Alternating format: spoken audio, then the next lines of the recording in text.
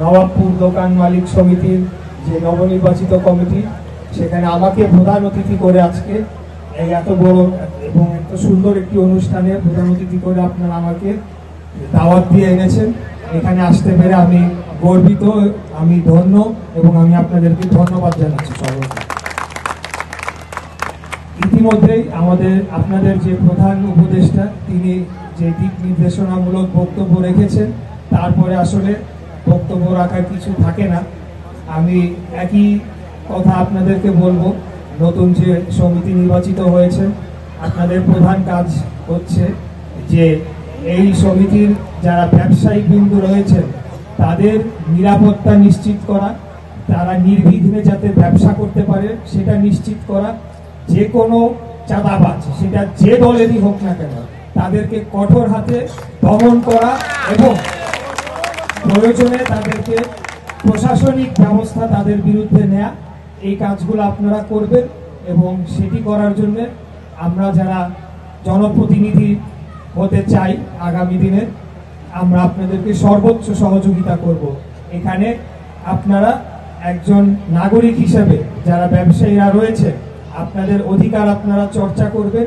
সেখানে কেউ আপনাদের উপরে কোনো খবরদারি করবে, কেউ আপনাদের উপরে কোনো কিছু চাপিয়ে দিবে, সেটা আমরা অতীতে যেটা হয়েছে গত 16 বছর এই খুনি হাসিনার আমলে এই অবৈধ আওয়ামী ফ্যাসিবাদ সরকার আপনাদের ব্যবসায়ীদের উপরে যে ধরনের দমন নীতি চালিয়েছে, আপনাদেরকে এক প্রকার জোর জবরদস্তি করে তাদের কথা শুনতে বাধ্য করেছে। সেই পরিবেশ থেকে আমরা আগামী দিনে বাংলাদেশকে মুক্ত করে সর্বক্ষেত্রে একটা মুক্ত পরিবেশ তৈরি করতে চাই, যেটাই ছিল 1971 সালে একটা স্বাধীন বাংলাদেশ গঠন করার মূল লক্ষ্য। তো সেই কাজে আমরা আপনাদেরকে সহযোগিতা করব। কোনো ধরনের চাঁদাবাজি, কোনো ধরনের জোর জবরদস্তি, দখলদারিত্ব এই বাংলাদেশে চলবে না। বিশেষ করে আমরা এটার উদাহরণ এই নবাবপুর মার্কেট সমিতির থেকে আমরা শুরু করতে চাই। এখান থেকে আমরা সারা বাংলাদেশে দেখিয়ে দিতে চাই যে দেশনায়ক তারেক রহমানের নেতৃত্বে, বিএনপির নেতৃত্বে আগামী দিনে যে বাংলাদেশ হবে সেখানে কোনো ধরনের দখলদারিত্ব, চাঁদাবাজি চলবে না। গত 5ই আগস্ট আপনারা দেখেছেন যে ছাত্র জনতার তুমুল আন্দোলনের মুখে খুনি হাসিনা এবং তার দোসররা দেশ ছেড়ে পালিয়ে গিয়েছে। যারা 16টি বছর আপনাদের ভোটের অধিকার লুণ্ঠন করেছে, আপনাদের কথা বলার অধিকার হরণ করেছে এবং আপনাদের অন্যান্য নাগরিক অধিকার সেগুলোকে খর্ব করেছে, সেগুলোকে আমরা ফিরিয়ে আনার জন্য আগামী দিনে আমাদের নেতা দেশনায়ক জনাব তারেক রহমান, আমাদের নেত্রী দেশনেত্রী বেগম খালেদা জিয়া যে দীর্ঘ 16 বছর আন্দোলন করেছিলেন তারই ফসল হিসেবে ছাত্র জনতার অভ্যুত্থান হয় এবং আমরা বাংলাদেশকে ফ্যাসিবাদ মুক্ত করতে সক্ষম হই। সেটার ছোঁয়া এই সমিতির ভিতরেও লাগুক, সেটা আমরা চাই।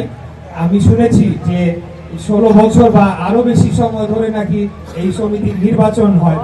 তো আগামী দিনে সেটার যাতে পুনরাবৃত্তি না ঘটে, প্রত্যেকটি সমিতির যে আগামী দিনে যারা দায়িত্বভার গ্রহণ করবে সকলেই যাতে যারা এই সমিতির অরিজিনাল সদস্য তাদের সরাসরি ভোটের মাধ্যমে নির্বাচিত হয়ে এই সমিতিকে পরিচালনা করে, এই মার্কেট সমিতিকে পরিচালনা করে, সেটার জন্য আমরা প্রতিজ্ঞাবদ্ধ, প্রতিশ্রুতিবদ্ধ জনপ্রতিনিধি হিসেবে আমরা আমাদের জায়গা থেকে সেটা আমরা নিশ্চিত করব ইনশাআল্লাহ।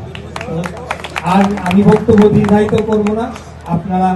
আপনাদেরকে আবারও ধন্যবাদ জানাচ্ছি যে আপনারা দীর্ঘ সময় ধৈর্য ধারণ করে আমাদের বক্তব্য শুনেছেন। ইনশাআল্লাহ আগামী দিনে যে কোনো পরিস্থিতিতে আপনাদের পাশে পাবেন। এই বলে আগামীতে আপনাদের দিনগুলা ভালো যাক, আপনাদের ব্যবসা সমৃদ্ধি ঘটুক, আপনাদের পরিবার পরিজন নিয়ে আপনারা আরো সুখী হন, আপনাদের ব্যবসার প্রসার হোক এবং আশা করি আজকের দিনটা পরিবার নিয়ে আপনাদের ভালো কেটেছে। এই সকল কথা বলে আপনাদের থেকে বিদায় নিয়ে আমার বক্তব্য শেষ করছি। খোদা হাফেজ। বাংলাদেশ জিন্দাবাদ। আসসালামু আলাইকুম।